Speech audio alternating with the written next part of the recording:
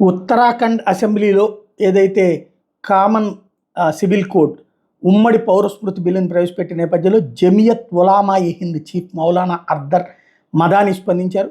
షరియా చట్టం తప్ప ముస్లింలు మరేది అంగీకరించారని తేల్చి చెప్పారు. ముస్లింలు దేనిపైనైనా వెనక్కి తగ్గచ్చు, కానీ షరియా మీద కాదు.